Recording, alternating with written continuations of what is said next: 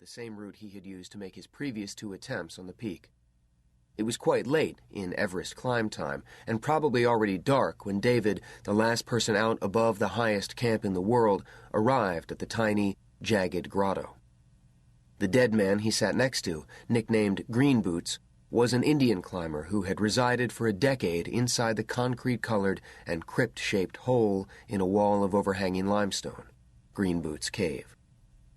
Orange, black, and blue oxygen tanks were strewn among the fractured stones at the entrance to the small room, scrap metal along a highway to the top of the world.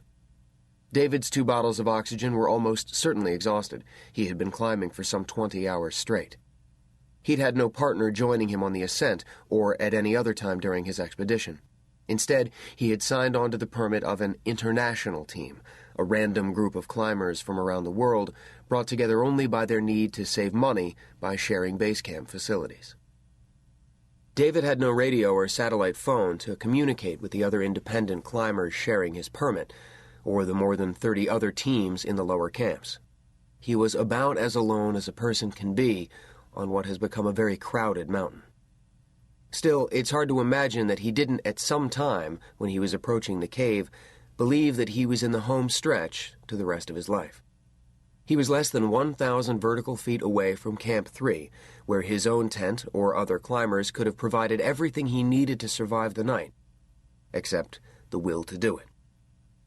It wasn't until what high-altitude mountaineers call the morning, an hour or so after midnight on May 15, when some 40 climbers headed up on their own summit bids, that anyone could have noted that David's struggle had turned dire.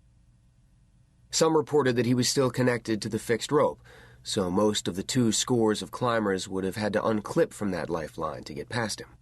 Others saw him sitting up, fiddling with his oxygen equipment, or simply sitting with his pack between his legs as if he were taking a rest while making the same trip to the summit that they were. Most reported later that in the darkness, with their hooded faces gasping for breath through oxygen masks and staring with goggled eyes into the bubble of light from their headlamps, their own senses dulled from the lack of oxygen and the extreme cold, they either mistook David for the dead body that they knew was already there or didn't notice him at all. But on their way back down from the peak 8 hours later, in the late morning sun, it was impossible to miss him.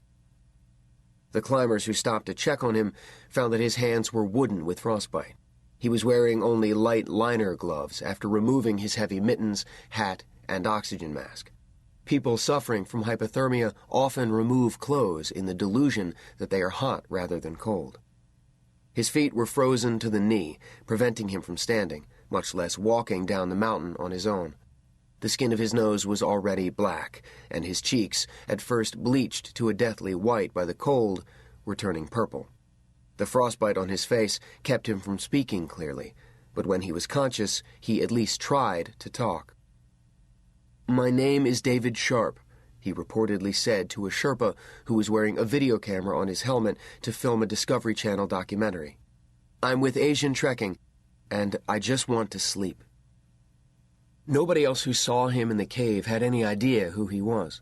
Some glanced at his clothes for identification, but noted nothing except that, aside from his boots, his gear was old and worn.